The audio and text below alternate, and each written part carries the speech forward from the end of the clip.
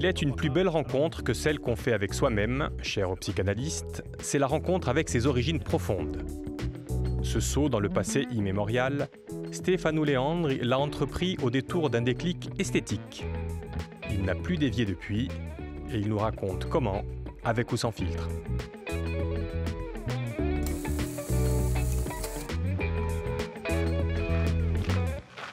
C'est par là que ça se passe, Stéphanou. Ok, allons-y.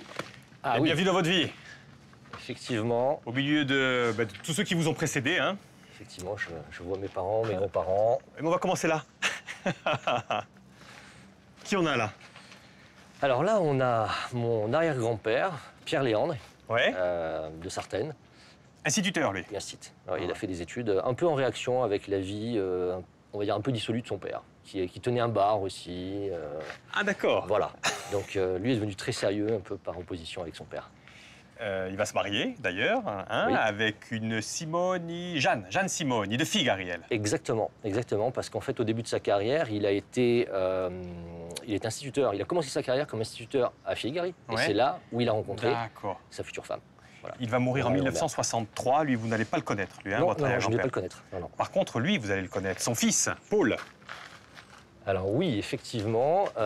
Donc Paul, qu'on peut voir en bas à gauche, Ouais. parce que là, en fait, c'est une photo avec mes 4 grands-parents. On va avoir le temps de les voir, tous les autres. Mais effectivement, Oui. cette photo n'est pas très bonne. Alors, c'est la raison pour laquelle j'ai pris celle-là, parce qu'elle résume quand même beaucoup de choses de Paul. Ah oui, en effet. On peut voir clairement le côté dandy de mon grand-père. Le côté dandy qu'il a gardé toute sa vie. Et d'ailleurs, dès l'âge de 50 ans, il était systématiquement en costume 3 pièces. C'était quasiment des seuls hommes de Sartène qui étaient systématiquement en costume 3 pièces, été comme hiver, Ah ouais. avec des boutons de manchette, etc. Qu'est-ce qu'il faisait dans la vie, ce Paul Léon? Alors, il était secrétaire général de la mairie de Sartène. Ouais. Voilà, pendant toute sa carrière. Il n'a rien fait d'autre. Et puis, il était aussi surprenant. C'est la raison pour laquelle j'ai mis cette photo-là. Alors oui, il était très intéressé par l'histoire, de manière générale, et l'histoire de la Corse en particulier. Et quelques années avant de mourir, il m'a offert la Giustificazione, donc un exemplaire d'origine, hein, de 1764. Il y a eu plusieurs Incroyable. éditions. Celle-là, c'est celle qui est dédiée à Pasquale De Paoli, là, d'ailleurs. Exactement. Hein. Ouais. Exactement. Donc lui aussi, intellectuel aussi, quand même, hein, comme votre arrière-grand-père. Alors, grand lecteur. Grand lecteur. Grand lecteur, enfin intellectuel, c'est beaucoup dire, mais grand lecteur et très passionné par l'histoire. Ok. Voilà. Lui, il va épouser une Angèle Oui. Benetti. C'est cela? Alors, Exactement. on la voit là, mais je préfère qu'on la voit là. Oui. Venez avec moi. Elle est ici. Voilà, Angèle Bennett, donc de Lévis, avec mon père, quand il avait quelques mois. C'est quand même quelqu'un. Hein. Alors oui, Angèle était institutrice à Sartène, donc comme son beau-père. Ah ouais. Voilà, et elle était très appréciée. Beaucoup de ses élèves en ont gardé un très très bon souvenir par sa douceur. Quelqu'un de très doux, de très sympathique, de très souriante, voilà, et en même temps une bonne institutrice. Donc de très bons souvenirs. Sachant que son beau-père, lui aussi, ses anciens élèves en ont gardé un bon souvenir, mais pas exactement sur le même plan. Au contraire, il était très sévère, mon arrière-grand-père, et on m'en a parlé en d'autres termes, mais positif aussi, puisque la sévérité qu'il imposait pendant ses cours faisait que, là, au moins, les élèves étudiaient, apprenaient et en ressortaient avec quelque chose. Voilà, Pourquoi, donc, quand on est compétent, qu'on soit doux ou sévère, c'est la compétence qui prime. Hein. Allez, venons de l'autre côté de la milité. Passez par là. Okay. Et on va retrouver le fils d'Angèle, donc, et de Paul, bien sûr, Jean-Pierre, qu'on retrouve ici. Et mettez-vous là, comme ça. Ouais. À Marseille, où il va faire des études de... Alors, il a fait des études de chimie, Ouais. et après l'IAE, donc des études d'économie et de gestion des entreprises. Il va faire ça toute sa vie, votre père. Hein. Il va gérer Oui. des entreprises. Oui, exactement. Si vous deviez me le décrire, son caractère, c'est quoi, Jean? Gros comme- bosseur, Ouais. comme son frère, enfin dans la famille on est des gros bosseurs, donc gros bosseur, intelligent, sociable, ambitieux, voilà, grosso modo, pour le résumer. Et à côté de lui, il y a la femme qu'il a rencontrée, la femme de sa vie, qu'il rencontre Voilà. à Marseille. Voilà, donc ma mère, Michel, et à côté d'elle, le jeune frère de mon père, Robert Léandre. Alors, votre maman, s'il fallait la décrire. Alors, ma maman, ma professeure, Oui. voilà, donc instituteur, ça nous étonne même pas. institutrice, professeur, voilà, bon, normal. L'histoire géo, elle, hein. Logique. Histoire Exactement, géo, histoire géo. Histoire géo, à Marseille. À Marseille, où elle a vécu toute sa vie, enfin presque, puisqu'après, elle a suivi mon père, et moi je l'ai suivi d'ailleurs, il y a à peu près, il y a un peu plus d'une vingtaine d'années à Paris. Et puis, votre père sera toujours entouré d'amis tout au long de sa vie aussi. C'est vrai. Hein, et votre maman, C'est moins. vrai. Non, ma mère, fille unique, plutôt solitaire, voilà, se consacrant à son mari et à son fils. Et à son métier, et on verra la résonance que ça a chez vous, Exact. le métier de votre maman. Mais effectivement, on va voir sa famille à votre maman, parce que là aussi, c'est une sacrée famille. Venez, on va de l'autre côté. Oui. Et elle est issue d'une famille de belles personnes, hein, déjà physiquement, déjà. C'est quelque chose. Alors, ma grand-mère, effectivement, elle ressemblait un peu à Ava Gardner, On le voit. mais qui était assez douée dans ses études, toujours première de la classe, et assez rapidement, je crois que c'est à l'âge de 17 ou 18 ans, elle a quitté sa région pour s'installer à Marseille. Et c'est là où elle a rencontré mon grand-père, donc Paul Parenti, d'origine italienne, enfin qui est même né italien Il en s'appelle pas Toscane. Paul, d'ailleurs, il s'appelle Paolo. En fait, hein. il est né Paolo Giuseppe Maria, Ouais. voilà, Paolo Giuseppe Maria, Voilà. oui. en Toscane. Et donc, ils se sont mariés assez jeunes. Mais c'est un exemple d'intégration extraordinaire. Enfin, en tout cas, il y a quelque chose d'extraordinaire, c'est qu'il arrive effectivement en France, et en France, il va oublier l'italien. Oui. En fait, il est né là-bas. Ses parents sont arrivés en France quand il était tout petit. Ils sont repartis en Italie quelques années. Ouais. Et il est revenu à Marseille, je crois, à l'âge de 6 ans ou 7 ans. Il avait complètement oublié le français. Il s'était remis totalement à l'italien. Et du coup, il a eu des petits problèmes à l'école, où on lui a fait remarquer qu'il ne parlait pas le français. Ouais. Donc ça ne s'est pas bien passé. Et du coup, il a complètement fait une croix sur l'italien. Il a oublié la langue, lui. Il a complètement oublié. Ça, c'est la famille, c'est le socle familial. Ouais. Vous n'êtes pas encore arrivé, vous, dans l'histoire, mais vous allez arriver dans l'histoire à un moment, et c'est par là que ça se passe. D'accord? Allez, Très bien. venez avec moi.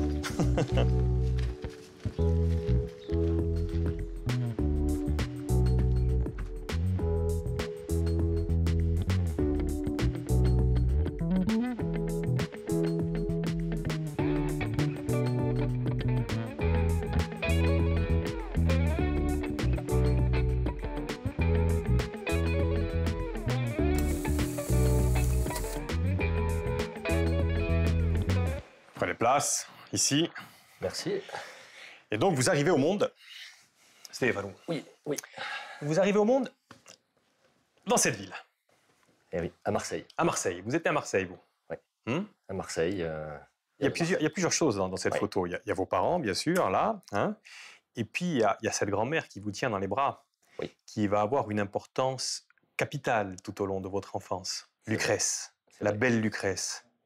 Exact. Donc, en fait, on peut dire que c'était quelque part une deuxième mère pour moi. Mes parents partant souvent soit en vacances, soit en déplacement professionnel de mon père. Ma mère l'accompagnait souvent. Et donc, j'étais parfois chez mes grands-parents maternels, soit à Marseille, soit dans le nord de la Provence, dans la maison familiale du nord de la Provence. Et encore une fois, j'insiste, elle va vraiment vous marquer, Lucrèce. Oui, c'était quelqu'un qui avait un amour immodéré pour moi, pour son petit-fils, parce que j'étais son petit-fils unique. Ma mère étant fille unique et n'ayant eu qu'un enfant, j'étais son seul descendant, en fait. Voilà. Et donc, on peut dire qu'elle m'a choyé. On peut le dire. On peut le dire, Lucrèce. C'est la belle Lucrèce. Votre jeunesse, elle est marquée par Lucrèce, bien sûr. Votre enfance. Et Voilà. par les livres aussi. Et donc, ma mère, qui était prof d'histoire-géographie à Marseille, a toujours beaucoup lu, que ce soit de la littérature ou évidemment des ouvrages d'histoire. C'est peut-être là qu'est né mon intérêt pour l'histoire de manière générale. Ça va vous marquer au fer rouge d'ailleurs. Hein, Ça va me passion. marquer. Ça a Parce été qu'il y une a- vraie passion Il y a constante. votre maman, effectivement, il y a la bibliothèque de votre maman, mais on aurait pu parler aussi de la bibliothèque de votre grand-père. Et vous allez lire beaucoup, hein, parce que vous l'avez dit, vous êtes fils unique. Donc entre 8 et 13 ans, vous lisez énormément. Ouais. Hein. Voilà, complètement. C'est vos amis, les livres. Et beaucoup de livres d'histoire. Et beaucoup de livres d'histoire. À tel point que vous vous dites, pourquoi ne serais-je pas professeur d'histoire plus tard, hein? C'est la question que je me suis posée, dans la mesure où ma mère l'était, Ouais. et que, comme on l'a vu, j'ai beaucoup d'enseignants dans ma famille. Sauf que votre maman, vous la voyez là, c'est cool, vous êtes au Parc Borelli, là, non? Vous êtes où, là? Exactement, Hein, au Parc Borelli. Exactement. Mais quand elle n'est pas au Parc Borelli avec vous, elle est en train de corriger les copies, quoi. Donc, assez rapidement, vous vous dites, ce métier... Et c'est un métier, en fait, surtout, je la voyais même pendant les vacances que je passais avec elle. Ouais. Elle n'était pas très disponible parce qu'elle était en train de corriger des copies, pas tout le temps, mais très fréquemment. Et puis aussi, Stéphane, il y a quand même quelque chose aussi dans la famille, c'est qu'il y a aussi une certaine pression familiale pour que vous soyez peut-être... Alors, pression familiale, je l'ai noté un petit peu comme ça. On voit, là, c'est le mariage de votre oncle, là. Hein, oui, c'est le mariage de mon oncle Robert, qui était chirurgien à Marseille. Un excellent chirurgien, médaille d'or des hôpitaux de Marseille dans sa spécialité.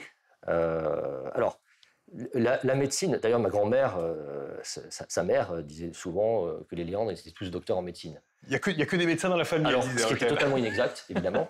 Elle focalisait un petit peu sur son fils, sur son plus jeune fils, voilà, qu'elle adorait. Donc, voilà. Tout est dit. Donc, prof, non. Médecin, on vous incite peut-être à l'être. Et vous choisissez d'aller là. Alors, moi, je choisis des études en gestion, comme papa et gestion. Oui, j'ai plutôt décidé de suivre ce parcours-là, même si en terminale, j'avais choisi une filière S. En terminale, j'avais quand même eu un intérêt déjà très marqué pour la génétique. Mais bon, j'ai décidé de faire des études d'économie et de gestion à Paris 9. Et vous vous dites, de toute façon, j'aurai un métier et je pourrai vivre de mes passions à côté de mon métier. C'est un peu votre philosophie de vie. Tout à fait. Hein, pas de vivre de vos passions, vivre avec vos passions. Exactement. Hein, et une de vos passions... Ah oui, alors il y a aussi ça. Alors déjà, bon, c'est vrai que j'avais comment dire, j'avais pas forcément le look typique de l'étudiant de Paris 9. Non, plutôt la Sorbonne, là, hein, justement. Ouais, mais voilà. justement, là, on a John Fante et Charles Bukowski, des vraies idoles. Oui, enfin, on peut dire que j'ai beaucoup lu d'auteurs américains. J'ai trouvé quelque chose de particulier chez ces deux auteurs qui d'ailleurs étaient très liés. Ça vous donne des envies d'écrire à l'époque, et vous écrivez un manuscrit qui s'appelle comment? Alors, à l'époque, j'ai écrit quelques nouvelles. Ouais.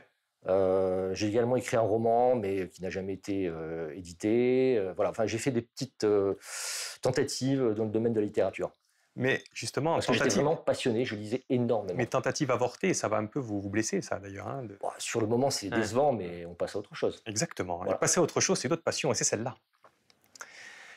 Un jour, vous êtes à Sartène, et il y a ce groupe, Quant à Popologoursu, qui vient chanter à Sartène. Et là, je crois savoir que c'est un choc pour vous, Stéphane. C'est vrai. Alors, vous avez retrouvé ça. Alors, je connaissais vaguement, j'avais écouté quelques albums d'Imo Vrigny à l'époque, mais bon, je trouvais ça sympa, mais je n'avais pas eu le déclic. Et puis, effectivement, je ne sais pas quel âge j'avais à ce moment-là, peut-être j'avais 24 ans, 23 ans, et à Sartène, un été, il y a Quant qui passe.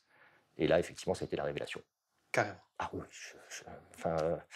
du coup, j'ai écouté à peu près tout ce que faisait Quant, j'ai écouté beaucoup d'autres groupes insulaires, et là, je me suis vraiment passionné pour le chant et la musique corse. Parce qu'un de vos traits de caractère, c'est que quand vous vous emparez d'un domaine, vous allez très loin, jusqu'au bout, effectivement, et avec effectivement cette rencontre avec vos racines, finalement, vous allez, du coup, ici. Alors oui, en région parisienne, à la Casa di Popologoursu. Vous vous mettez en tête d'apprendre le corse même, parce que votre père ne vous avait pas transmis la langue, de la même manière que le père italien n'avait pas transmis la langue à sa mère. Exactement. Le père corse ne transmet pas la langue à vous, à son fils, et vous vous décidez, il faut que j'apprenne le corse. Et cette recherche des origines, cette rencontre avec vos origines quelque part, et avec elle aussi qu'il se passe quelque chose, avec Vanina Bernard-Léoni. Oui, tout à fait, que j'ai rencontrée d'ailleurs à Paris. Et elle avait, quand je l'ai rencontrée, elle avait lancé la revue Fort, qui en était à son deuxième numéro. Et tout de suite, ça a accroché. C'était une super revue, Fort. J'avais oublié votre signature. Magnifique revue. Et là, on voit effectivement Wise et Patterson, les branches irlandaises de la famille Bonaparte. La généalogie commence à rentrer dans votre vie. Les racines, on voit, commencent aussi à rentrer dans votre vie. Et vous allez aller toujours plus loin, Mais de ça, on ne va pas en parler dans cette partie-là. On va en parler, on va prendre l'air. Allez, prenons l'air. Venez avec moi.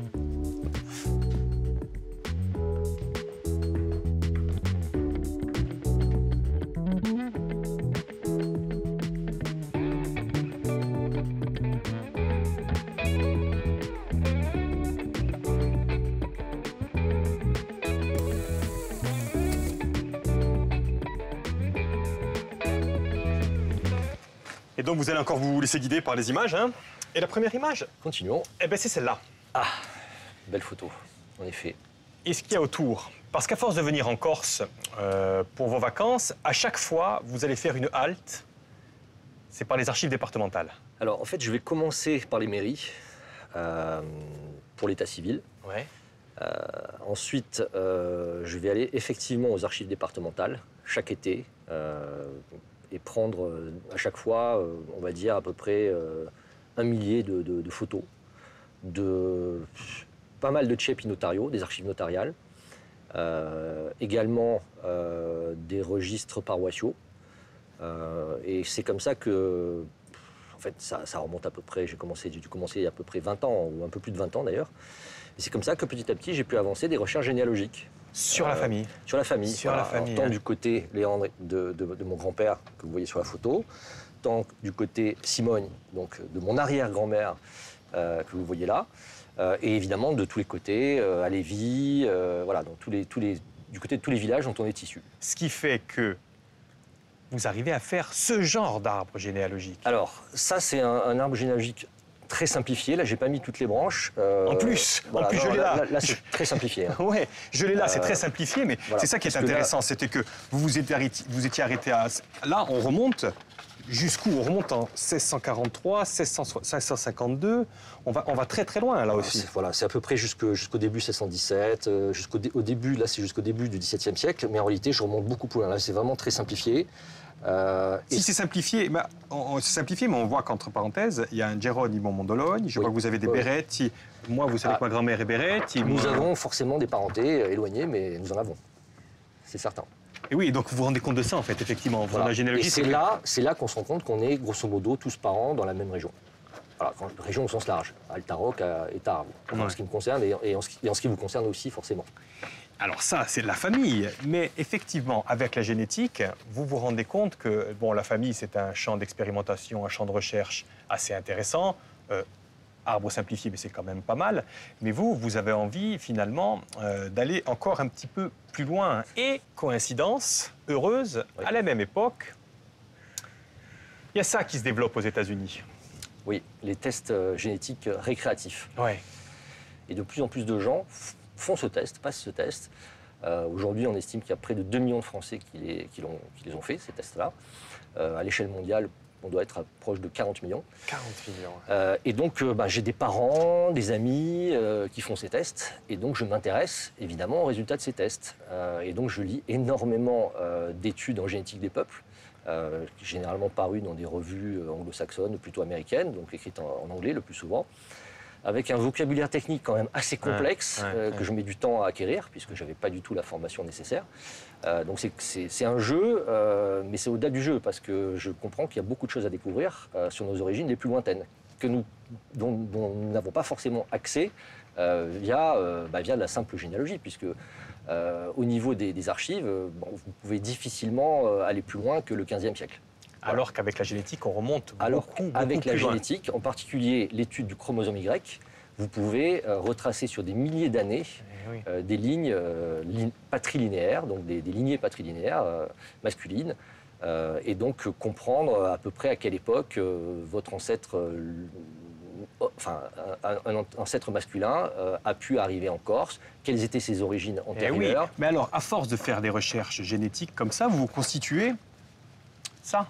Alors, parallèlement aux recherches généalogiques, je constitue un échantillon de résultats d'individus corses ou d'origine corse, ayant des patronymes locaux, et qui ont fait des tests ADN, des tests génétiques portant sur leur chromosome Y.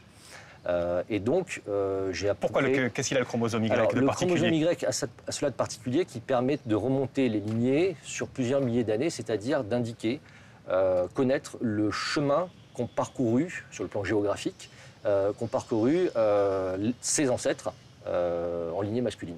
Donc toute cette somme de connaissances que vous avez, de par les échantillons qu'on vous donne, de par vos lectures, vous avez décidé de matérialiser il y a quelques années dans ce livre-là. Exactement. La Corse creusée génétique, je l'ai là d'ailleurs, effectivement, qui est chez Albiane. C'était en quelle année ça? C'était il y a 2-3 ans, non? C'était il y a presque 2 ans. Oui, voilà, presque 2 ans, effectivement. Ouais. Et alors, beaucoup d'enseignements sur la Corse creusée génétique. Alors, on voit le cheminement des populations, là, c'est assez intéressant. Là, c'est assez typique du cheminement des populations néolithiques dont je vous parlais. Ce sont des individus qui, en fait, dont les ancêtres ont inventé l'agriculture et l'élevage dans le nord du croissant fertile. Ça s'est diffusé, ces gens-là se sont diffusés à travers toute l'Anatolie. Oui. Après, ils sont passés en Europe, comme vous pouvez le voir. Certains plutôt vers le nord de l'Europe, certains par une voie plus méditerranéenne.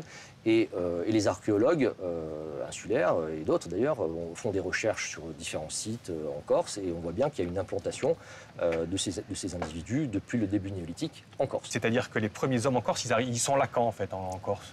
Ils sont là à peu près il y a 11 000 ans, grosso modo. Ouais. Donc là, à cette époque-là, c'était des chasseurs-cueilleurs. La couleur de leur peau, c'était quoi? Alors, en Europe de l'Ouest, ils avaient le teint très mat, très mat. Les yeux bleus aussi, et en revanche, les yeux bleus. Ouais. Voilà. Donc, et après, avec l'apport génétique des agriculteurs-éleveurs du néolithique, la peau, c'est un petit peu, enfin pas blanchie, mais enfin, elle s'est éclaircie, on va dire. Ah oui. Voilà. Donc c'est à partir de 6 000 ans, même en Corse, on change un petit peu de peau et de couleur de Dieu, en fait. Alors la question, c'est est-ce qu'il y a eu vraiment un mélange en Corse entre les deux populations?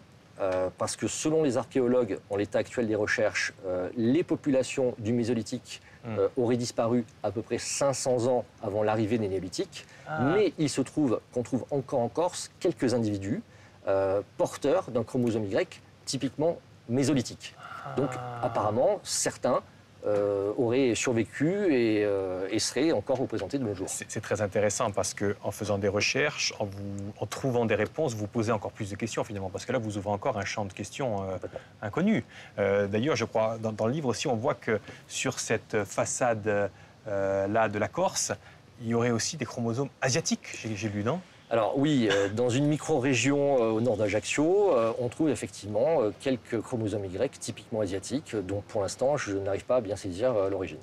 Ah, carrément. Voilà. Et qu'est-ce qu'on peut en déduire de toute façon de la population corse? Elle est plutôt comme la population sarde, génétiquement parlant, ou comme une autre? Non, parce qu'en Sardaigne, grosso modo, plus de 40% des hommes sont porteurs d'un chromosome Y typiquement mésolithique, donc extrêmement ancien. En Corse, c'est à tout casser 4%, voilà, donc c'est pas la même population. En revanche, on est proche génétiquement des Sardes du nord de la Sardaigne, voilà, de Galour, etc. Parce qu'il y a depuis l'Antiquité, il y a eu des mouvements de population de la Corse vers la Sardaigne.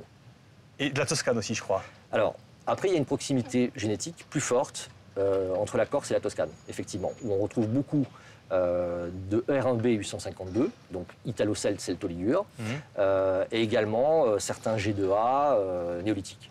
Et c'est intéressant ce que vous dites, c'est-à-dire que la population corse se renouvelle beaucoup plus que la population sarde, ça veut dire ça? Alors oui, par rapport au néolithique, elle s'est beaucoup plus renouvelée que la population sarde, complètement. C'est exactement ça.